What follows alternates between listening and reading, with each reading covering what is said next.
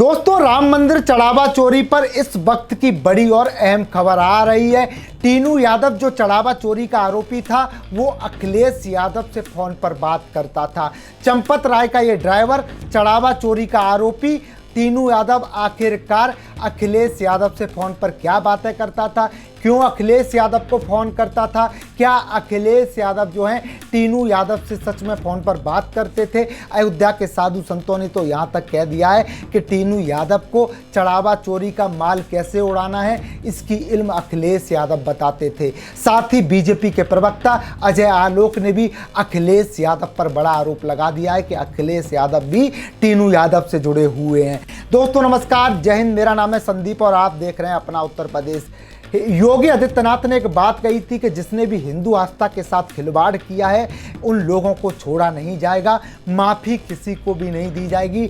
लेकिन अब जो लोग हिंदू आस्था का मजाक उड़ा रहे हैं, हिसाब किताब उनका भी किया जाएगा। लेकिन इसी बीच अयोध्या के साधु संत और बीजेपी के प्रवक्ता द्वारा अखिलेश यादव पर एक दावा किया गया है। टीनू यादव वो अखिलेश यादव से क्यों बात करते थे, अखिलेश यादव पर एक नया दावा ठोक दिया है। जो अखिलेश यादव राम मंदिर की बात कर रहे थे, नई नई राम भक्ति दिखा रहे थे, राम मंदिर पर नए नए दावे कर रहे थे, आखिरकार अब उन्हीं अखिलेश यादव का नाम कैसे आ गया कि टीनू यादव से जो है अखिलेश यादव फोन पर बात करते थे। अब एक खास रिपोर्ट आप देखिए और समझने की कोशिश कीजिए, आखिरकार अयोध्या के साधु संत और बीजेपी के जो प्रवक्ता हैं क्यों ये दावा कर रहे हैं, अखिलेश यादव पर ये इतना बड़ा आरोप क्यों लगा रहे हैं।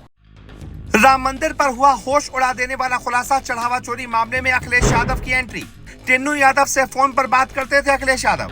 राम मंदिर चंदा चोरी मामले पर संतों का आया बड़ा बयान। अखिलेश यादव बताते रहे इल्म, टीनू यादव उड़ाते रहे माल। दोस्तों, राम मंदिर चढ़ावा मामले में अब एक ऐसा दावा सामने आया है जिसने उत्तर प्रदेश की राजनीति का तापमान अचानक बढ़ा दिया है। जिस मामले को अब तक सिर्फ दान की चोरी और गबन तक सीमित माना जा रहा था, अब उसमें सीधे समाजवादी पार्टी प्रमुख अखिलेश यादव का नाम भी राजनीतिक आरोपों के जरिए जोड़ा जा रहा है। भाजपा का दावा है कि इस मामले के आरोपी बताए जा रहे रमाशंकर यादव और टीनू यादव और अखिलेश यादव के बीच सैकड़ों बार फोन पर बातचीत हुई। इतना ही नहीं, संत समाज के कुछ प्रतिनिधियों ने यहाँ तक दावा किया है कि दोनों के बीच करीब 980 बार कॉल हुई है और जिस दिन अखिलेश यादव ने इस मामले को लेकर सोशल मीडिया पर पोस्ट किया, उसी दिन 3 बार दोनों के बीच बातचीत हुई थी। अगर ये दावे जांच में सही साबित होते हैं तो ये सिर्फ चोरी का मामला नहीं रहेगा, बल्कि उत्तर प्रदेश की राजनीति का सबसे बड़ा विवाद बन सकता है। लेकिन क्या वास्तव में ऐसा है? क्या जांच एजेंसियों के पास ऐसे सबूत हैं या फिर ये केवल राजनीतिक आरोप हैं? आइए पूरे मामले को विस्तार से समझते हैं। अयोध्या के राम मंदिर चढ़ावा मामले की जांच इस समय एसआईटी कर रही है। मुख्यमंत्री योगी के निर्देश पर गठित जांच टीम लगातार पूरे मामले की तह तक पहुंचने की कोशिश कर रही है। इसी बीच कई लोगों की गिरफ्तारी भी हो चुकी है और पुलिस ने कुछ बरामदगी का भी दावा किया है। इसी दौरान भाजपा के राष्ट्रीय प्रवक्ता अजय आलोक ने बड़ा राजनीतिक बयान दिया।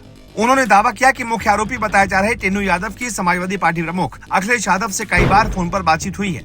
अजय आलोक ने कहा कि जैसे जैसे जांच आगे बढ़ेगी वैसे वैसे इस पूरे मामले की परतें खुलेंगी और देश को पता लगेगा कि आखिरकार इस कथित गबन के पीछे आखिर कौन लोग थे। इधर अयोध्या में संत समाज की एक महत्वपूर्ण बैठक हुई। इस बैठक में कई संतों ने श्री राम जन्मभूमि तीर्थ क्षेत्र ट्रस्ट के महासचिव चंपत राय के समर्थन में खुलकर बयान दिए। संतों का कहना था कि जब तक एसआईटी अपनी जांच पूरी नहीं कर लेती तब तक किसी एक व्यक्ति को दोषी ठहराना उचित नहीं होगा। बैठक के बाद जगत गुरु परमहंस आचार्य ने भी बड़ा दावा किया।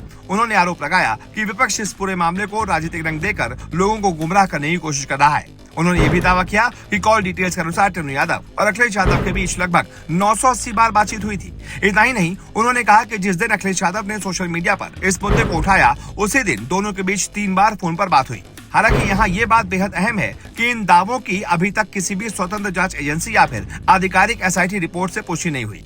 समाजवादी पार्टी की ओर से भी इन आरोपों पर विस्तृत आधिकारिक प्रतिक्रिया सामने नहीं आई, इसलिए फिलहाल इन्हें राजनीतिक दावे और आरोप के रूप में ही देखा जा रहा है। उधर संत समाज ने चंपत राय के समर्थन में यह भी कहा कि विश्व हिंदू परिषद, राष्ट्रीय स्वयंसेवक संघ और भारतीय जनता पार्टी को बिना किसी ठोस सबूत के इस मामले से जोड़ना गलत है। उनका कहना है कि अगर कोई भी व्यक्ति दोषी पाया जाता है तो उसके खिलाफ सख्त कार्रवाई होनी चाहिए, लेकिन जांच पूरी होने से पहले किसी को भी दोषी घोषित करना न्याय के सिद्धांतों के खिलाफ है। अब इस पूरे विवाद का सबसे अहम पहलू यही है कि मामला सिर्फ कानून तक सीमित नहीं रह गया, ये पूरी तरह से राजनीतिक बहस का विषय बन चुका है। एक तरफ भाजपा लगातार समाजवादी पार्टी पर सवाल उठा रही है, तो दूसरी तरफ विपक्ष सरकार और ट्रस्ट की कार्यप्रणाली पर सवाल खड़े कर रहा है। ऐसे मामलों में सबसे जरूरी भूमिका जांच एजेंसियों की होती है। राजनीतिक बयान अपने अपने पक्ष में दिए जा सकते हैं, लेकिन अंतिम सच्चाई वही होगी जो एसआईटी की जांच और न्यायिक प्रक्रिया के सामने आएगी। अगर भविष्य में जांच एजेंसियां इन कॉल डिटेल्स या अन्य आरोपों की पुष्टि करती हैं, तो निश्चित रूप से उत्तर प्रदेश की राजनीति में इसका बड़ा असर देखने को मिल सकता है। लेकिन अगर जांच में ऐसे आरोप साबित नहीं होते, तो फिर राजनीतिक आरोप लगाने वालों पर भी सवाल उठेंगे। इसलिए अभी किसी अंतिम निष्कर्ष पर पहुंचना जल्दबाजी होगी। लोकतंत्र में आरोप और जवाब दोनों का महत्व है, लेकिन सबसे ज्यादा महत्व तथ्यों और जांच का होता है। अब सबसे बड़ा सवाल आपसे है, क्या आपको लगता है कि इस मामले में लगाए जा रहे आरोप जांच के बाद सही साबित होंगे? क्या 980 कॉल वाला दावा राजनीति में नया मोड़ ला सकता है, या फिर यह केवल राजनीतिक बयानबाजी है और अंतिम फैसला जांच पूरी होने के बाद सामने आएगा? अपनी राय कमेंट बॉक्स में जरूर बताएं। अगर आपको उत्तर प्रदेश की राजनीति, अयोध्या और राष्ट्रीय राजनीति की हर बड़ी खबर सबसे पहले ऐसे ही चाहिए, तो वीडियो को लाइक कर दें, चैनल को सब्सक्राइब कर दें और बेल आइकन जरूर दबाएं। हम आपको हर बड़ी खबर तथ्यों के साथ और जांच की हर नई अपडेट के साथ सबसे पहले पहुंचाते रहेंगे, क्योंकि राजनीति में हर दिन नया मोड़ आता है और हर मोड़ की पूरी कहानी आपको सबसे पहले यहीं मिलेगी। जय हिंद, जय भारत।